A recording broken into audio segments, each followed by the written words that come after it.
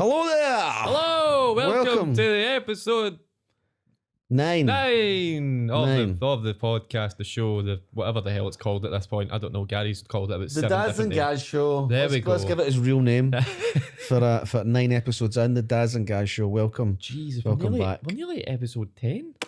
That's me only just realising. How many minutes is that? I'm talking. Well, 30 minutes. 300? No, 10. What? 10 times 30. Is that 3,000? No. No, we've not spoke for 3,000 minutes. No. One episode's 30 minutes, so times 10, 300 minutes. What's that in hours? 6 hours. 6 hours? I think. Jesus. No, 5 hours. 5 hours. 5 hours. 5 hours. Something like That's me. that. It's weird, we've been getting quite a few messages. All right, we've got one message. I know what you're talking People about. asking us to saying that it's not long enough. I seen that one. Somebody said date longer. I don't know. I'm still in the other way. The other, like, keep it. I think once we get it to a certain level, Aye. then we can speak about expanding it and I extending. reckon we go up in like increments. Mhm. I reckon we get the polo meter to put up at 35 minutes rather than 30 minutes, and then it goes to 40 minutes, and then whatever. Nah, just jump right to 40 or 45. Yeah, if you're going to jump, just jump. So, actually, might as If you're well. going to jump, just fucking jump, man. I would say 45. 45. But we can talk about that later down the road. Did we get questions? I put... You put a post. I didn't actually. I've not looked at your post. I didn't look yeah, at the, I deleted it. Did you? Yep. Brilliant. Fantastic. I put out a post asking for questions, and because Facebook is rimming me hard Oh, right fun. now. There goes my knee. They just didn't pump it out to enough people. So I just deleted the post because I've done it twice, and I think that I don't want to go into technical shite. So yeah, I didn't get any questions. Darren did. Fantastic. Yep, you put out a post, We didn't did you? have the two the continuation of the other random 2 topics that you sent All right, go for in it. the big list. There was I mean, you can pick what one you want to jump into first. We'll do both of them. I don't know why I shook my head massively. We'll do both of them. Let's just pick the first one first and the second one second. That's quite a smart decision, by the way. The That first is one very first, smart. second one I'm on the second. ball. Well, the first one first is you again in this big random list. You just said holidays. Oh, right, okay. I didn't know what you meant by that. No, neither do I. Brilliant, helpful. Holidays. I thought you meant. See, I thought that we'd spoken about that. I thought we touched on. I think we have spoken about holidays. in another podcast. I think the whole thing that I maybe meant was the fact. Do you know what it is? I think it was because I'm feeling a wee bit stressed. That's what it is. There's that much going on, and I'm just dying to go away now. I love my girls. I love my family. I love what I do at home. But I think my initial point of writing that was just to talk about escapism. Just like just having that escapism where you don't have any responsibilities. You still do, but you can bury them. No, babes, I'll never bury you. Speaking to my daughter there, I think when I wrote that, that's what I meant. Just kind of like what do you do to escape? But did we talk about that? I think that might have been the first podcast actually, where I spoke about the dirty stuff, like how I unwind. Aye. What do you do when you want to unwind? Aye. But I think we all need escapism. I think escapism is good. Like, how do you? I'm not saying you and Emma obviously get on great. You're getting married and stuff, but do you never feel that you kind of just like? What do you? If you need, you never feel like you need time to yourself? Because I imagine you get. I've never been with somebody as long as yourself. What I did. Sorry to interrupt you before you were about to start speaking, but I'll tell you mine quickly. I was in a relationship for 6 years back when I was younger, but we never lived together, so it was different. So we obviously had our own space. So how do you do that? Like if you're at home, I guess just when the other one's working. Well, my so see what people talk about, like, relationship tests and like if you survive this, then that's you set. So like when we went on holiday, like our first holiday, we went to Greece, and we thought like, oh well, this is the test that people talk about. We were fine. Like, it was fine. It was easy. Let me tell you what the real test was. Both having COVID at the same time. Yeah. Oh my God, I wanted to kill her. I would have went to jail. Honestly, oh my Jesus. Who was the worst? In terms of like playing it, like, oh, it's always Emma. Is it? She would stub her toe and phone an ambulance. Yeah. Oh my god, aye. Look, but well, I mean, she literally did phone an ambulance one time. Oh god, so she had I mean, it wasn't funny at the time, but it's funny now. But she basically went we were on holiday, funny enough, and we were in Orlando, and we went to one of the water parks, and we were having a rare old time, just enjoying a water park as you do, and she's not very experienced with water parks, and when I say that, I mean like I feel like you need to go to a couple to know how to like land in the water when you're going to have a flume, because if you land the wrong way, what happened to her happens. So she landed kind of side on, and she went into the water like kind of head first, but like side first on her rear. So she got hundreds of water stuck in the inside. Why did she go down the flume head first? No, she never. It's when she came out. You know, like so you come out a flume. Yeah, usually feet first. You go feet first, and then you go that way. She was on one of the rubber ring things, okay. And she didn't like angle herself as she was coming out, so she went sideways and went like kind of bashed the water. So that would have been hilarious to watch. Oh, it was a delight. It really was. Oh, but you know, in the same. Oh no, I was like behind, as I was like, okay. So I seen it all unfold. It was great. But then, so she didn't realise at the time, but she kind of felt something. She was like in her ear. It turned out to be like water clogged in her ear, like in her eardrum. Imagine that. Aye. Fun side first into a pool of water. So she was walking about for the rest of that was like kind of halfway through the day. Walking about the rest of the day, she was like, I feel it wasn't like a big deal. It was just like an annoyance at that point. She was like, it's weird. It's just kind of like I can just feel it. I'm like, shut up, it's water. It will come out. So we go about the rest of the day. The next day, we're going to Kennedy Space Centre, which is about an hour away from where the hotel was. So we're sitting in an Uber. And it's just like we didn't eat before we went because we didn't even realise how long the Uber was. So we're sitting in this Uber. She's like, oh, I'm hungry. I feel sick. And I'm like, shut up. We're nearly there. So we get there. And then I realise as well, but literally as soon as I get out of the Uber, that I never put sun cream. You'd seen what I was like in Canada. I put it everywhere. I never put it on the tap of my feet. So see, like literally like right on the very tap. Yeah. So I was in that water park and the tap, it was like red, like it was. I looked like a lobster, and then the tap of my head as well, like literally just my scalp all burnt. So I could hardly walk, and my head was sore, and like every time I went to like scratch my head or whatever, I'd forget, and then I'd literally just scratch sunburn. So I just didn't want to be there. I just wanted to go and lie down, and just die. And then that was like the first couple of hours after she had food, she couldn't walk in a straight line. Because her balance was off. Yeah. Because of the water was like it was messing with her balance, and she couldn't walk in a straight line, and it was like watch. It's a weird phrase to say, but it's like watching a cat get put down. Yeah. Like so she just couldn't walk in a straight line. She didn't know what was happening, and I was like, it's just water in your ear. Just like can I tug on your ear and you'll be fine. And then it got to later on that night. We were flying home in a couple of days. And she was pure panicking. She was like, what if we go on the plane, my eardrum blows up? I'm like, calm down. Like, it's water in your ear. I'm sure you'll be all right. And then the next morning, she woke up and she was like, no, we need to phone somebody. I'm like, we're no phoning somebody. Where were you? In Orlando, in America. So I was like, I was thinking about the price of it. I was like, no, like, just like tug on your ear and get the water. Do you pay for an ambulance in America? So you need to pay for everything in America. Like, it's mental. Imagine that. Did they turn up like, tenner? Tenner, you're not getting in there. Care machine, that's it. And so it ended up being this wee guy in a motor that showed up. So we phoned like the insurance people, and they were like, right, cool, we're going to send out a doctor. And they sent out this wee guy, and it was the weirdest guy I've ever met in my life. It would only let Emma answer when she would say like yes. So like, he'd ask her a question, and he'd be like, yes or no, please. And Emma would be like, yeah. And he'd be like, what? And she'd be like, yeah. And he'd be like, yes or no. Like, oh, sorry, yes. And then he would get it straight away. It was just a weird day. So then it turned out that it wasn't water stuck in her ear.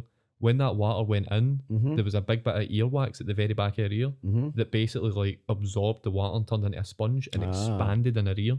So when she was like wiggling her ear about, nothing was going to happen. And it was bogging because Did they suck it out?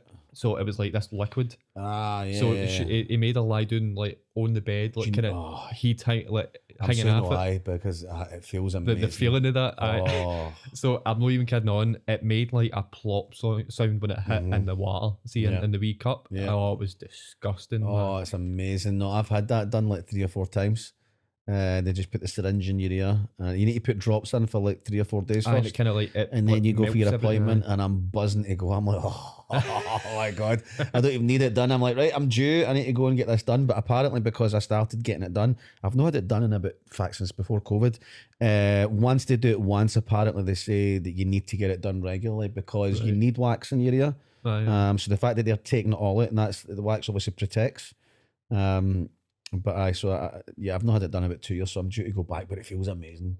Have you never had it done? No. Oh, it's so good. Where do you get that? How do you Google that? What do you Google to get that done? No, but basically what happened, I think it was about 3 or 4, 5, 6 years ago. I was over in Arran, and my ear just went, and it literally, I couldn't hear anything out of that ear at all. Jesus. And weirdly enough, a couple of years later, that one went. So I literally, and I mean, I couldn't hear anything. All I could hear was like, it was like a bassy sound. Right. And I had to go to the emergency doctors in Arran, and they just done this kind of whole suction thing without even having to use the olive oil for a few days before it. They just done it there and then. And it feels good. It feels like an amazing tickle, but no like a tickly. Right. And what's so good about it as well was the fact that I went from hearing nothing to then just hearing perfectly. It was good. It was good. And I should go back and get mine done. Aye. So that was the time she phoned the ambulance for a blocked ear. What else? Have you ever phoned the ambulance for something petty?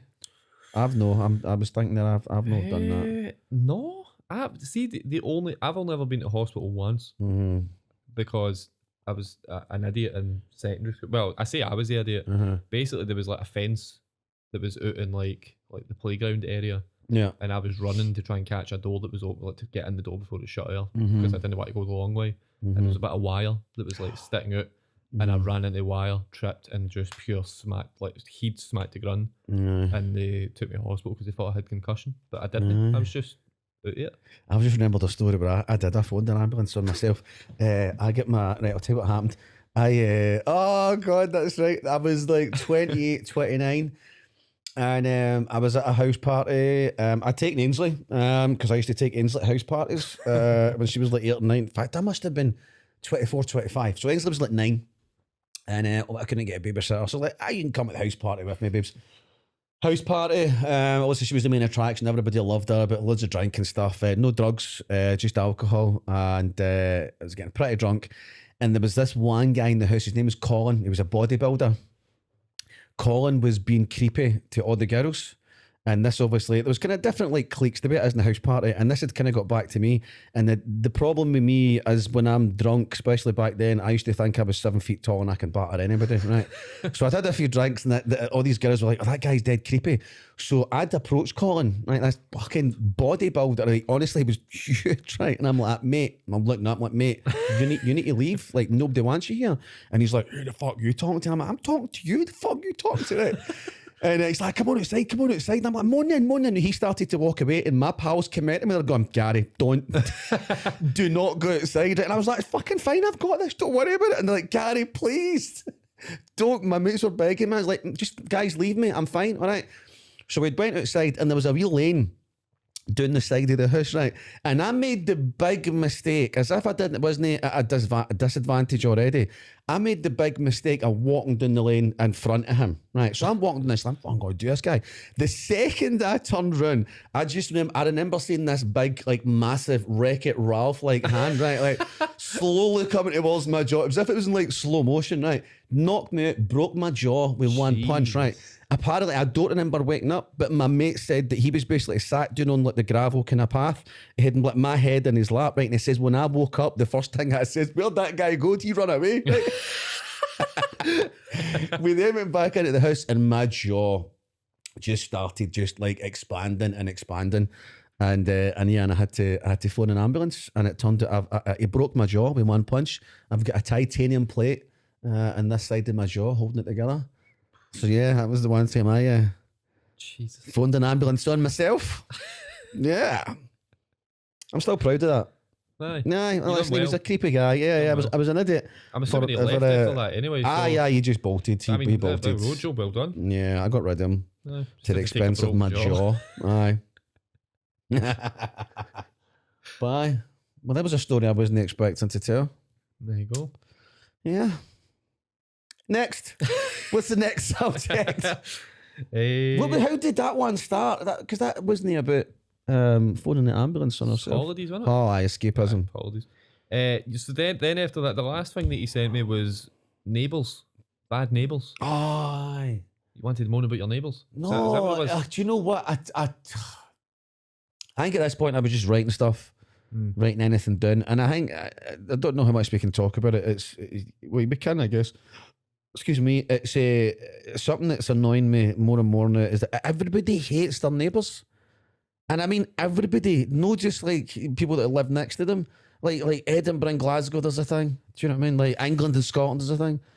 Do you know what I mean? Like America and Russia, there's a thing. Like even though they're no neighbours, right? They're kind of like that defeats the purpose. But do you know what I mean? There's everybody. Why does everybody hate people who are like? Surely people that are next to you, you should love. You should be like, I'm not want to sound hippie-ish and all that, right? But do you know what I mean? Like countries, all the wars that are going on, the people, and it's like the countries are right next to. Why do people hate their neighbours? Why? Why is that a thing? Purely just a banter. Do you know what I mean? Do you know what I mean, though? I know what you mean. I misinterpreted what you meant. I thought you just meant like your actual neighbours. Yeah, well, it can start though. Like I'm sure. How do you get on with your neighbours? Damn. Well, aye. Right. So when I was that wasn't where I was going with this, but my brain did go. Wait a minute. So when I was coming up to because so you come in dry, like you just make stuff up, but like for stuff with the neighbours, I was like, I've had hundreds of weird neighbour stories. So I'm not going to talk about my actual neighbours because I hate them all, but I still stay next to them, and just in case they come across it, I'm like, nah, bolt. But I'll do a separate podcast, guys. I know the story. I'll tell you it all. Me and Emma have encountered some absolute rockets in our time, and I'm starting to think maybe we're the issue because we keep on encountering weirdos. I think it might be us that's the weirdos that are rubbing people up the wrong way. Why? Well, definitely the first one, wasn't it? Right? It's just me I was just clearly a horrible person, but I didn't realise. So I used to, Jesus.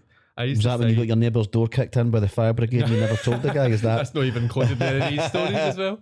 I used to stay in Paisley, my very first flat, when I was 17. I was like, in my head, I was like, right, either I get driving lessons, learn how to drive, or I move it. And I chose to move it.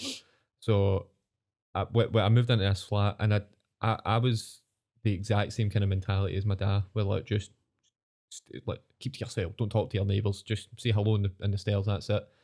Because that's just how like my dad always done it. So I was like, well, that obviously is the normal way to do it. So there's this guy Frank who stayed next door to me. It was like 3 on the block. So I was in the middle. So he was on like basically the whole side of my flat, and at 2 a.m, all bang on 2 a.m, every single morning, he'd turn his telly on and put the volume up to like 60, and he would blare the telly every single morning. And it was starting to do like hundreds of early shifts. So I was like, what's going on here? So I was like, I tried chatting his door, didn't answer. I tried like his letterbox, didn't answer. I tried like doing it a couple of days in between just to see.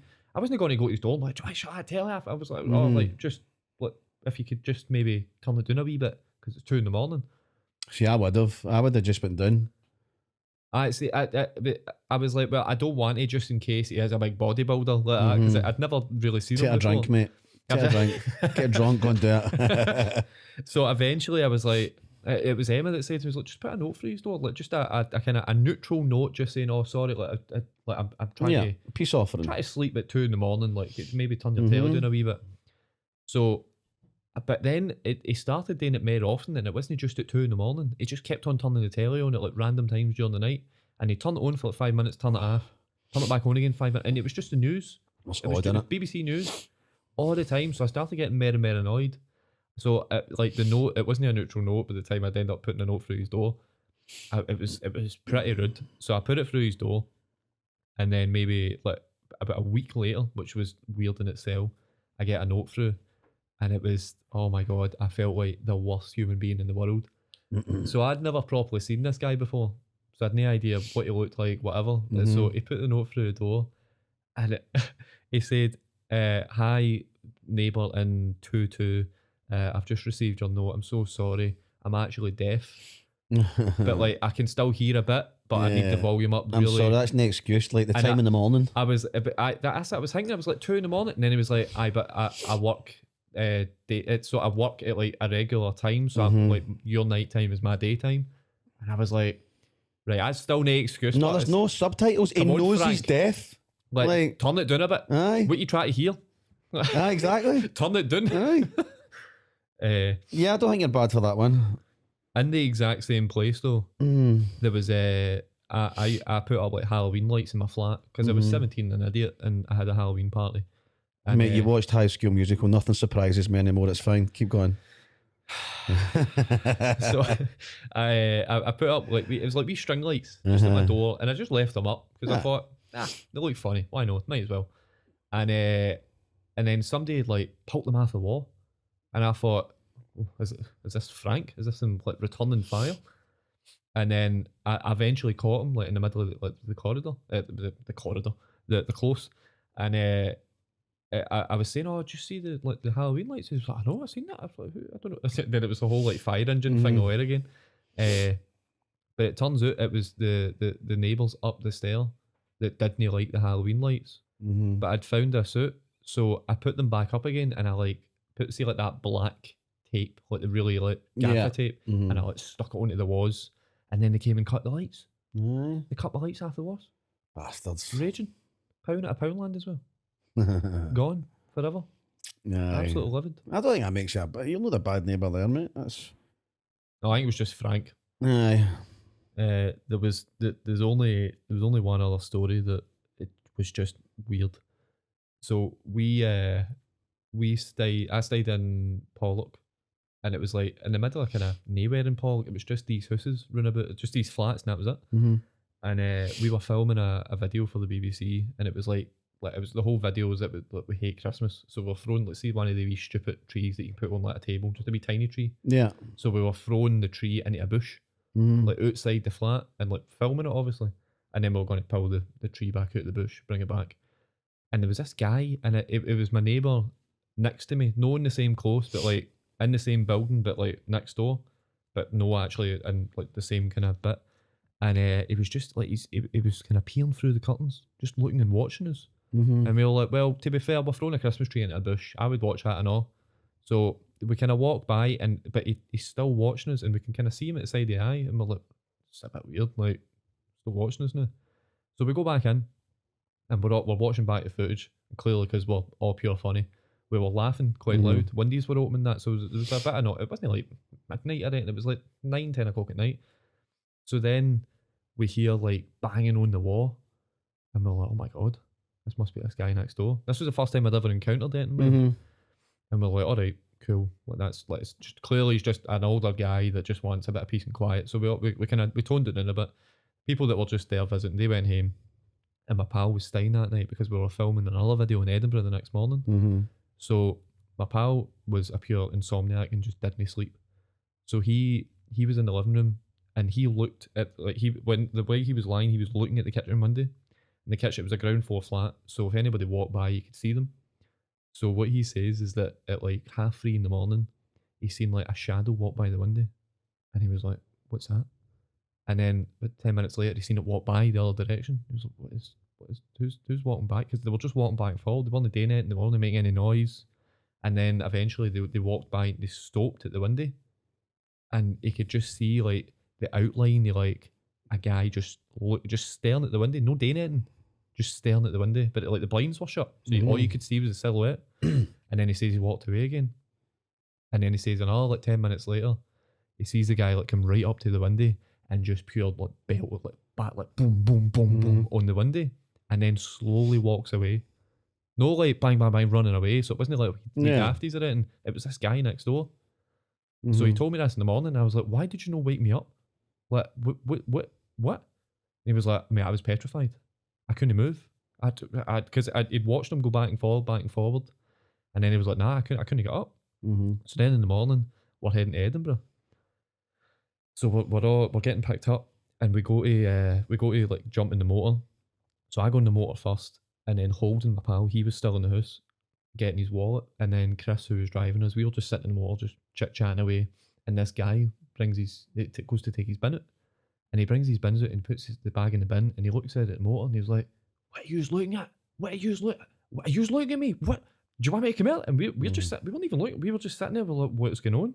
Chris is slowly putting up the window, being like, nah. Like, we're all like, we tiny, like, petrified guys that wouldn't do it in a talk, like, we're all like pure nerds that watch, like, people playing games on the internet. Like, we'll know the kind of people that would confront somebody like that. Mm-hmm. Big, massive kind of guy, bald, shaved head. Yeah. He looked terrifying. Maybe he's burying his cat or something. He was an actual psycho. So when I came back, I was like, I'm not staying here. Nah. I'm gone, man. I'm not staying next to that. So we moved all my stuff out literally that night. Mm-hmm.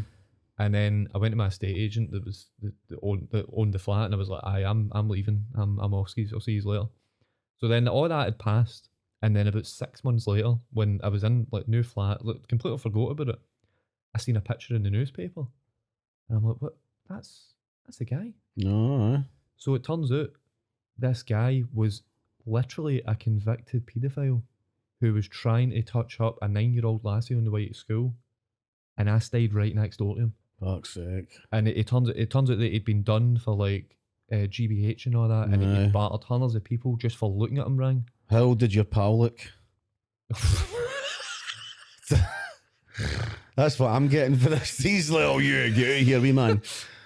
No young, thankfully.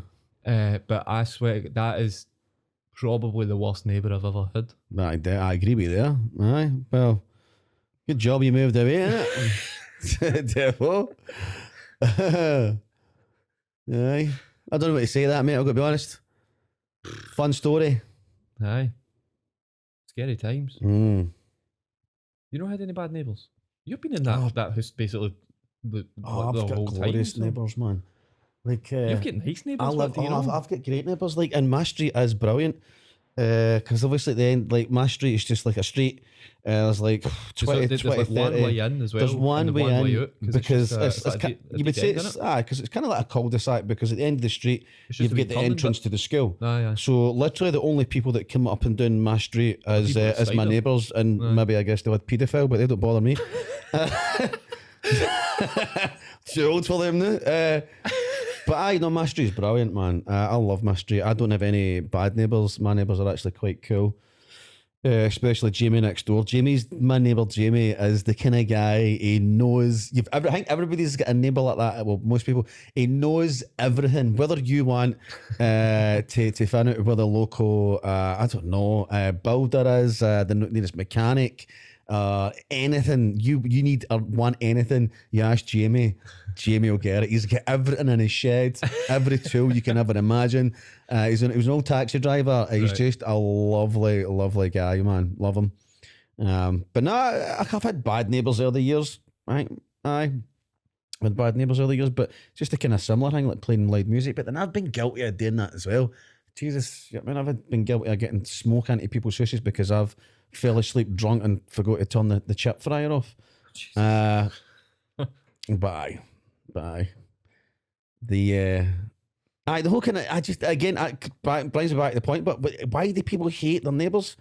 Everybody hates. Why is it just like, because why is everybody don't love each other? You always, like the Glasgow, the Scotland, England thing. Mm-hmm. It's like a thing. It's just a thing. This is another thing, and I think I'm going to end up talking about it on stage at some point, because this is what it boils down to. It boils down to Neanderthal fuck nuggets that don't have a Scooby about anything. No, you think about it, like, see these people that put flags outside their houses as well.